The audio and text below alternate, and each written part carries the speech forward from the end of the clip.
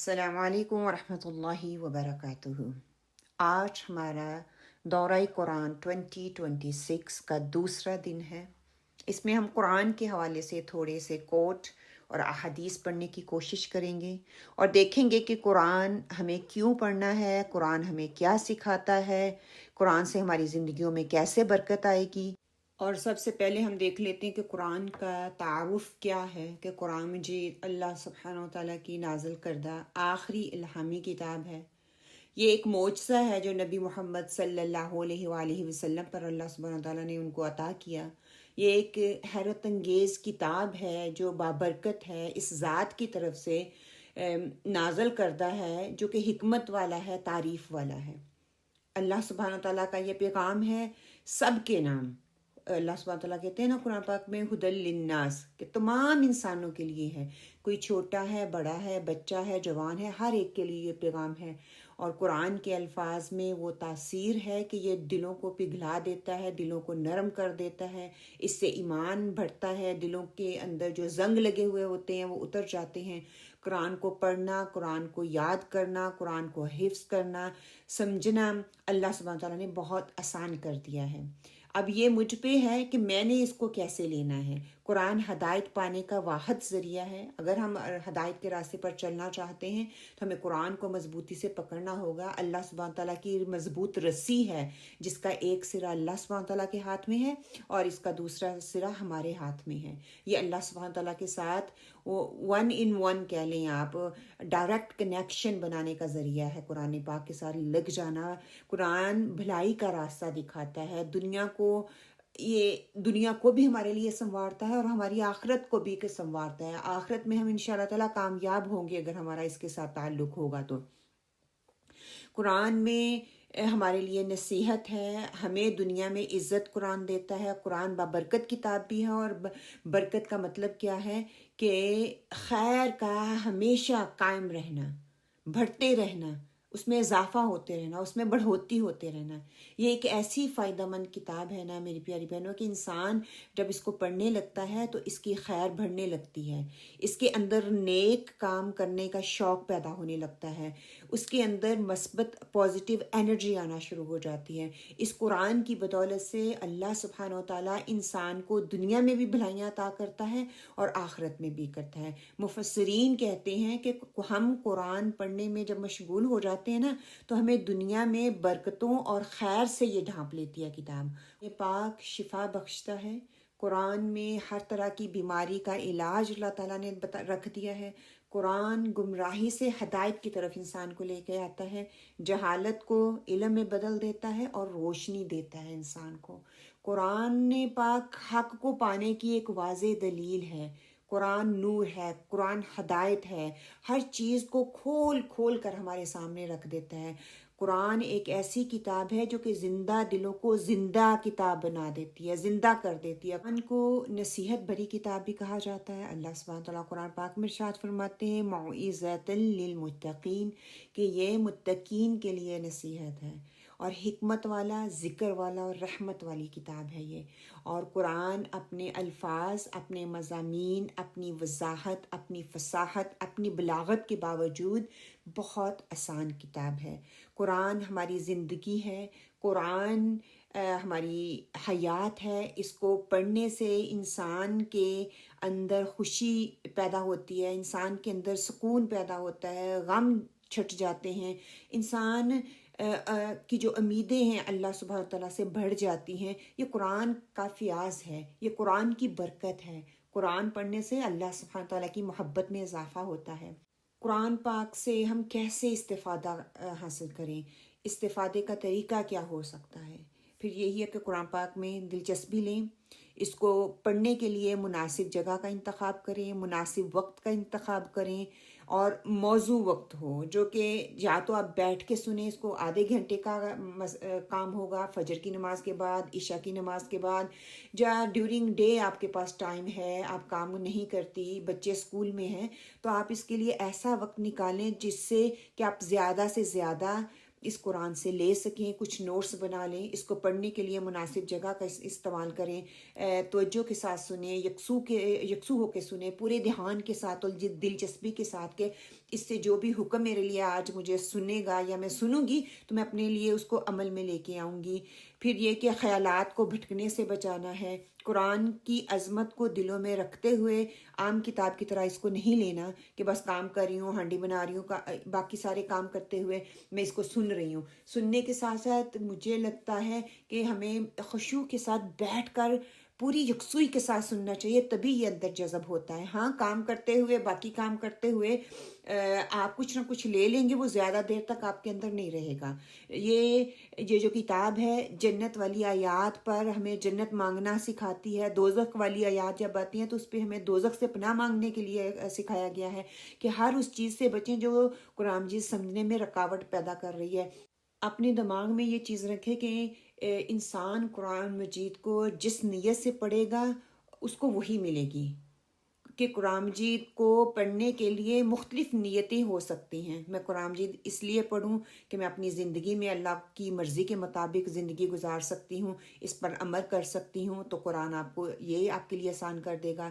میں ہدایت حاصل کرنا چاہتی ہوں تو قرآن سے آپ کو ہدایت ملے گی۔ میں دل کا سکون چاہتی ہوں تو قرآن سے دل کا سکون ملے گا۔ وسوسوں کو دور کرنا چاہتی ہوں تو وسوسے دور ہوں گے۔ دل کی سختی کو دور کرنا چاہتی ہوں تو اس کے پڑھنے سے دل کی سختی دور ہوگی۔ میں اپنے اندر سے غفلت کو دور کرنا چاہوں گی تو قرآن کے پڑھنے سے غفلت دور ہوگی۔ اللہ کے حکم کی تعمیل کرنے کے لیے پڑھوں گی تو وہ میرے لیے آسان ہو جائے گا۔ آپ صلی اللہ علیہ وآلہ وسلم کی وصیت پر عمل کر سکوں تو اس لیے یہ آسان ہو جائے گا۔ اللہ کا قرب حاصل کرنے کی نیت کی جا سکتی ہے، اللہ کی خاص بندوں میں شامل ہونے کی نیت کی جا سکتی ہے۔ پھر یہ کہ قرآن کے پڑھنے سے دل کو سکون ملتا ہے، یہ حاصل اس کی نیت کی جا سکتی ہے۔ اللہ تعالیٰ کے خاص بندوں میں شامل ہو جائیں، اس کے لیے دعا کی جا سکتی ہے، اس کی نیت کی جا سکتی ہے۔ پھر دنیا میں کامیاب زندگی گزار سکوں، اس کی نیت کی جا سکتی ہے۔ آخرت میں کامیاب ہو جاؤں، اس کی نیت کی جا سکتی ہے۔ مجھے اللہ تعالیٰ کے ہاں بلند مقام حاصل کرنا ہے، اللہ کا دیدار کرنا ہے، اس کی نیت کی جا سکتی ہے۔ میری زندگی میں جو مجھے غم ہے، دکھ ہے، تکلیفیں ہیں، پریشانیاں ہیں، وسوسے ہیں، بیماریاں ہیں، اندیشے ہیں، ان کو دور کرنے کے لیے پڑھنا ہے تو اللہ تعالیٰ کہتے ہیں قرآن شفا ہے۔ ٹھیک ہے، اپنے ذکر کو بڑھانے کے لیے پڑھنا ہے تو قرآن ذکر ہے۔ اللہ تعالیٰ سے یہ کہنا ہے کہ میری دعائیں قبول ہوں، کو قرآن کے پڑھنے سے آپ کی دعائیں قبول ہوتی ہیں، کہ جب قرآن پاک آپ پڑھتے ہیں، پڑھنے کے بعد دعا کی جاتی ہے تو وہ قبول کی جاتی ہے۔ قرآن مجید قبر میں میرا ساتھی ہو تو یہ قبر وعدہ کرتا ہے کہ میں ہر پڑھنے والے کے لیے اس کا ساتھ دوں گا قبر میں پلسرات پر۔ پھر پلسرات میں میرے لیے نور بن جائے تو یہ قرآن میرے لیے نور بنے گا، اس کی نیت کی جا سکتی ہے۔ مجھے ادب سکھائے، میرے اندر بہترین اخلاق پیدا کرے، میرے اندر عمل کو بہتر بنائے تو اس کی نیت کی جا سکتی ہے۔ مجھے تاج اور وقار پہنایا جائے تو اس کی نیت کی جا سکتی ہے۔ میرے والدین کو ایسی چادر پہنائی جائے جس کی دنیا میں کوئی قیمت نہیں ہے، وہ آخرت میں ماں باپ کو پہنائی جائے تو اس کی نیت کی جا سکتی ہے۔ قرآن پاک میرے دل کی بہار ہے، اس کو میرے دل کی بہار بنا دے تو اس کی نیت کی جا سکتی ہے۔ میری نیکیوں میں اضافے کا ذریعہ بن جائے، یہ نیت کی جا سکتی ہے۔ میں اللہ سے محبت حاصل کروں، اس قرآن کو وہ ذریعہ بنا دے تو وہ بن جائے گا۔ پھر خیر اور بھلائی حاصل کرنے کے لیے اس کی نیت کی جا سکتی ہے۔ دجال کے فتنے سے محفوظ رہ سکوں، قبر کے فتنے سے نجات پا سکوں، جنت کے اعلیٰ درجے اور مقامات حاصل کر سکوں، اور قیامت کے دن میری اور میرے والدین کی عزت میں اضافہ ہو، یہ نیت کی جا سکتی ہے۔ قرآن کو دیکھنا بھی عبادت ہے اور اس کو سننا بھی عبادت ہے۔ تو میرا وہ وقت جو میں قرآن کو پڑھنے، قرآن کو سننے، قرآن کو دیکھنے، قرآن کو سیکھنے، قرآن کو لکھنے میں گزاروں گی، وہ میری عبادت بن جائے گا۔ تو آج سے آپ تمام سٹوڈنٹس نے قرآن کو بیٹھنا ہے کہ اس کے ساتھ بیٹھنا بھی عبادت ہے، اس کو لکھنا، اس کو سننا، اس کو دیکھنا، اس کو پڑھنا، اس کے ساتھ وقت گزارنا، وہ بھی عبادت لکھا جاتا ہے۔ قرآن دنیا میں ساتھی تو ہے ہی، یہ قبر کا ساتھی بھی بنے گا انشاءاللہ۔ اگر ہم دنیا میں قرآن کو اپنا ساتھی نہیں بنائیں گے، اس سے خیر نہیں لیں گے، تو کیا وہ قبر میں اچانک ہمارا ساتھی بن کے آ جائے؟ کبھی بھی یہ ممکن نہیں ہے کہ وہ اچانک سے آ جائے اور میرا ساتھی قبر میں بن کے بیٹھ جائے۔ اگر ہم وہاں روشنی چاہتے ہیں تو وہ روشنی ہمیں دنیا میں بھی لینی ہے۔ ہمیں دنیا میں قرآن کو اپنا ساتھی بنانا ہے، دنیا میں اس کے ساتھ مضبوط تعلق قائم کرنا ہے، اس کی سفارش کے لیے دلی تعلق قائم کرنا ہے۔ مسلمانوں کا قرآن سے تعلق دو طرح کا ہو سکتا ہے. کچھ مسلمانوں کا تعلق صرف رسمی ہے، وہ قرآن کو اس لیے پڑھتے ہیں کہ جب کوئی شادی ہو جائے، کوئی فوتگی ہو جائے، کوئی بیمار ہو جائے، کسی موقع کے لیے وہ بس خاص کر کے رکھ لیتے ہیں اور ریسٹ آف دا ایئر اس کو غلاف میں لپیٹ کر اونچی جگہ پہ رکھ دیتے ہیں کہ اس کی تکریم کے لیے.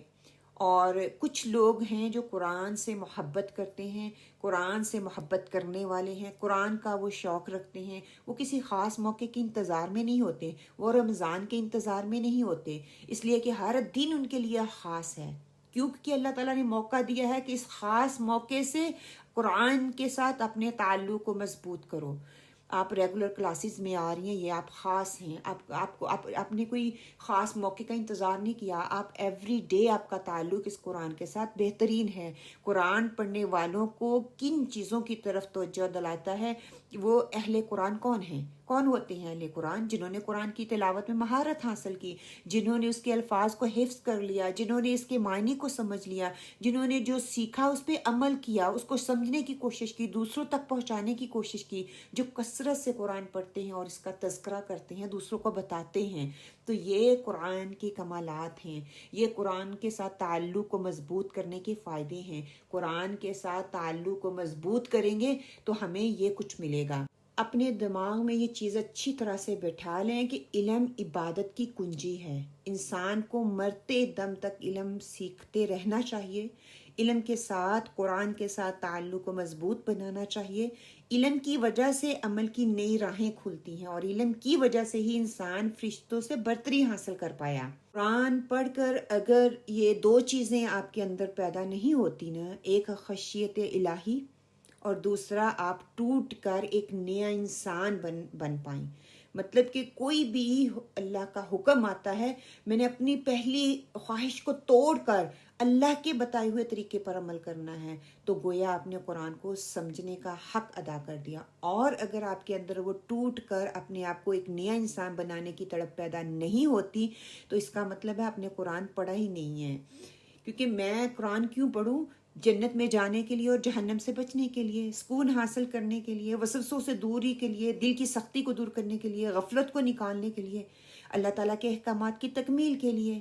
یہ سارے کی ساری چیزیں مجھے تبھی حاصل ہوں گی جب میں اس قرآن کے ساتھ اپنے تعلق کو مضبوط کروں گی. تبھی یہ میرے دلوں کو جھنجھوڑے گا، تبھی میری عقل جو ہے وہ جاگے گی، تبھی مجھے قرآن کے ساتھ وہ شوق، وہ نیا جذبہ، وہ نئی لگن پیدا ہوگی. میرے اندر سوالات پیدا ہوں گے، میرے اندر وہ جذبہ پیدا ہوگا، میرے اندر سوچ پیدا ہوگی، میرے دل کو جھنجھوڑے گی، میرے عقل کو جگائے گی، میرے سوالات کا جواب مجھے دے گی. تبھی میرے اندر تبدیلی آئے گی. ایمان والا تو اپنے کل کے لیے کام کرتا ہے. کیونکہ اس کا ایمان اس کو اس بات کا یقین دیتا ہے کہ جو وہ کر رہا ہے اس کا اجر اسے ملے گا اور سزا اس کو دی جائے گی. ایمان والا اپنی تخلیق کے مقصد کو پہچانتا ہے. قرآن ہمیں ہماری تخلیق کا مقصد بتاتا ہے، وہ واضح کرتا ہے حقوق اللہ کیا ہے، حقوق العباد کیا ہے. ان کی ادائیگی قرآن سے ہمیں پتہ چلتی ہے. خود احتسابی کا عمل ہمارے اندر پیدا کرتا ہے، اور جب وہ قرآن کی روشنی لینا شروع کرتا ہے تو اس کے اندر تقویٰ بڑھنا شروع ہو جاتا ہے. تقویٰ اس کو فائدہ دیتا ہے. تقویٰ قرآن پاک پڑھتے وقت اس کے ٹارگٹ کی طرف اس کے لے کے جاتا ہے. اللہ کی خشیت اس کے اندر بڑھتی جاتی ہے. تبدیلی دل سے وہ کرتا ہے، سوچ سمجھ کر کرتا ہے. عمل کو اپنے اندر تبدیل انسان بننے کے لیے وہ کرتا ہے. اللہ کے ہر حکم کے آگے وہ سر تسلیم خم کر دیتا ہے، فوراً مان جاتا ہے، فوراً عمل کی نیت کر لیتا ہے.